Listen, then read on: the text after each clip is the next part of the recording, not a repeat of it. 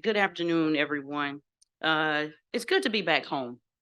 I grew up about an hour east of here in Amite, Louisiana, and Amite will always be home. I left after law school, going to Florida, and came back briefly to work in state government, and been in DC now almost 15 years. So where has the time gone?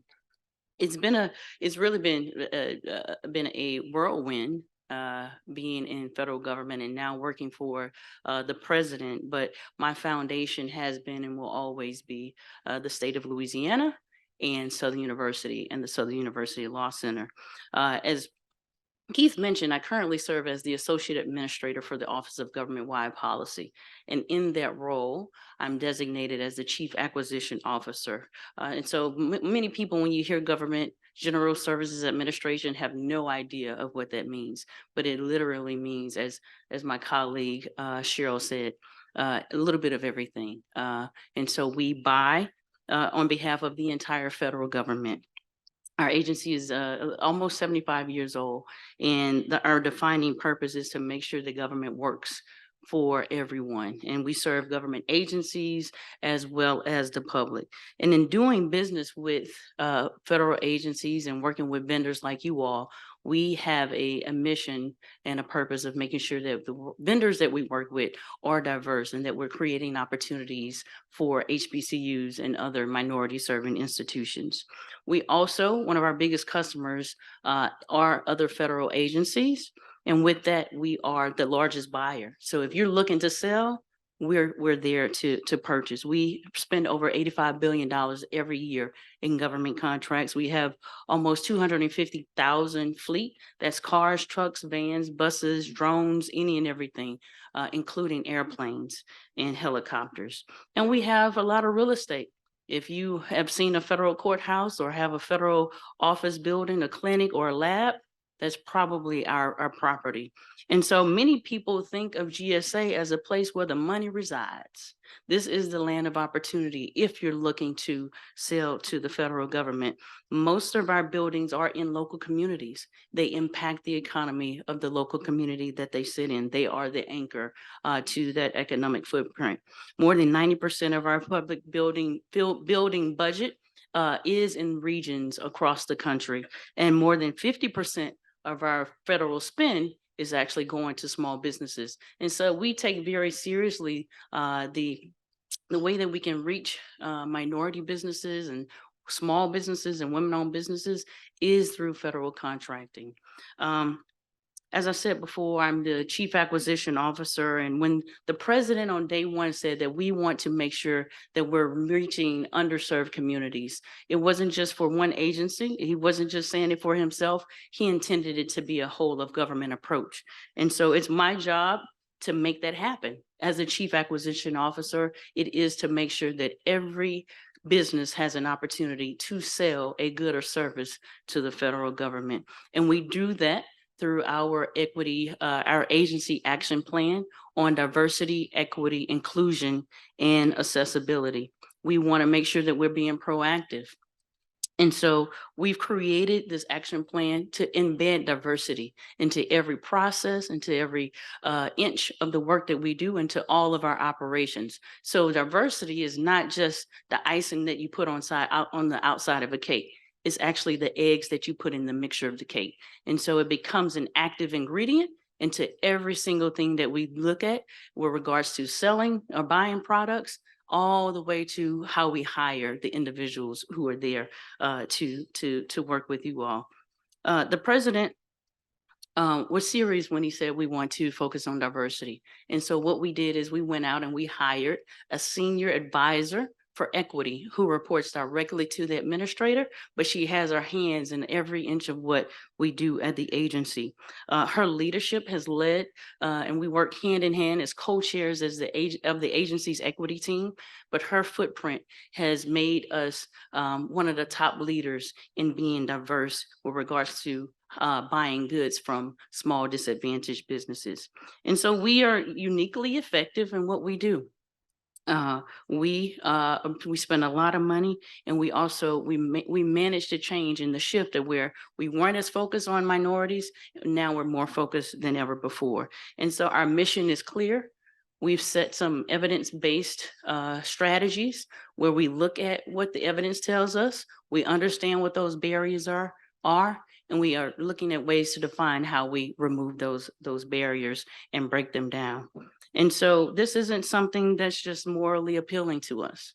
As Ted stated earlier, this is something that's in our blood, that we've bred to really think about what diversity really means and how it matters and how that translates to opportunities for small businesses. We've mapped and integrated diversity, equity, inclusion, and accessibility into our strategic planning process, into our mission delivery, into our performance evaluations, into every inch of how our organization is healthy and how it performs. And we conduct those critical assessments over and over and over again because we want to challenge ourselves to continue to meet a higher and higher milestone. We have seen and we measure how we've done in some programs around disaster relief, emergency assistance, and so many more. Understanding that throughout the pandemic, we've had different programs, and we want to make sure that they're reaching the intended audience and that they're working as they are intended. And so my office is responsible for evaluating the programs, not just at GSA, but also government-wide. And we're excited about and we're committed to continuing the mission of the president and the priority around minority disadvantaged businesses. And so, as Cheryl mentioned, we're co-leads at the agency. She's the agency liaison for the White House Initiative on Black America. I am the lead on the White House Initiative on HBCUs. And so just like for businesses, we have an obligation, we have a mission to help HBCUs and other minority serving institutions get on the supply schedule. The supply schedule is one of the biggest vehicles used in government contracting. So if you're not on the schedule today, I encourage you to work with us to get on the schedule immediately. We also assist other agencies in about $55 billion. We help other agencies buy goods and services that they need. And so through our agency, GSA, is how you can get access to opportunities, not just with us, but across the board. The president issued Executive Order 14041, which establish the advancement in economic and educational opportunities for all Americans, including HBCUs.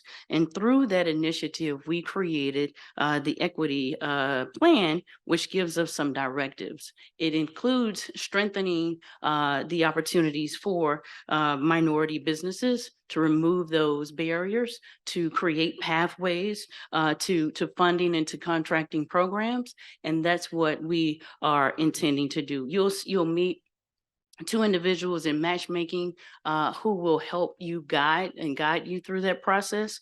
But I'll give you some 4 goals that we've set aside. One is to get you on schedule.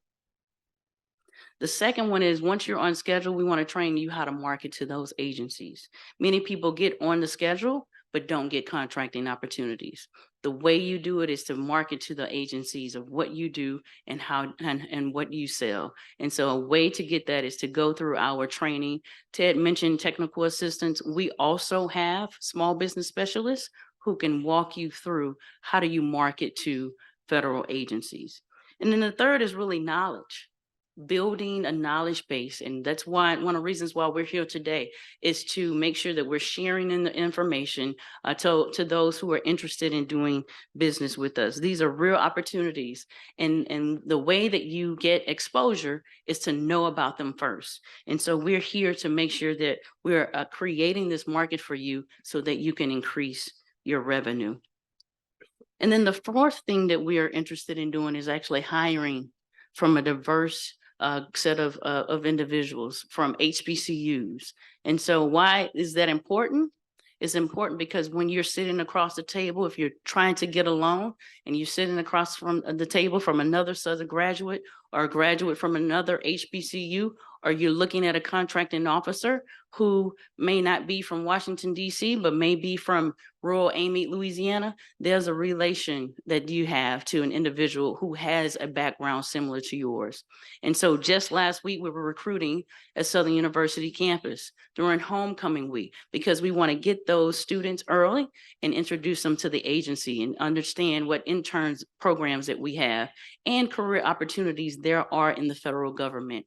And so recruiting is one of the top priorities of our plan. We're taking very aggressive approach in going out to HBCUs and other minority serving institutions because we understand how important it is to have a diverse workforce.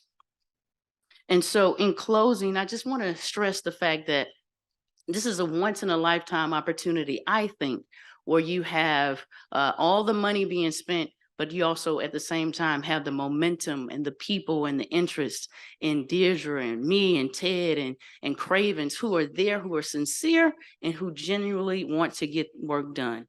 And so take advantage of this moment, take advantage of this opportunity. We are on the front lines, we make decisions, and when there's things to get done, we make sure we're pushing it forward. And so we have a laser focus on making sure that this executive order is executed properly and executed with the vision and with the focus of equity in mind. Cheryl was very modest earlier. Cheryl has been at GSA for several years. I won't tell your age, Cheryl. I know she's still listening, but Cheryl is one of the individuals, if you haven't met her, she get her contact information from her team members, who is very serious about making sure that contracting opportunities are spread across the board. She controls a lot of the contracting opportunity at the agency. And yes, she has decreased and continues to decrease the amount of time that it takes to get on schedule. And so my colleagues at GSA and I are very willing and able to assist you throughout this process, and we're very committed to it. And so please, please, please follow up with us because the opportunities in federal contracting are endless, and we want to make sure that you're a part of it. So I thank you for the opportunity to come back to be a part of this program today and to spend some time amongst my family in Louisiana. So thank you so much, Angela, and thank you so much, Keith. Thank you.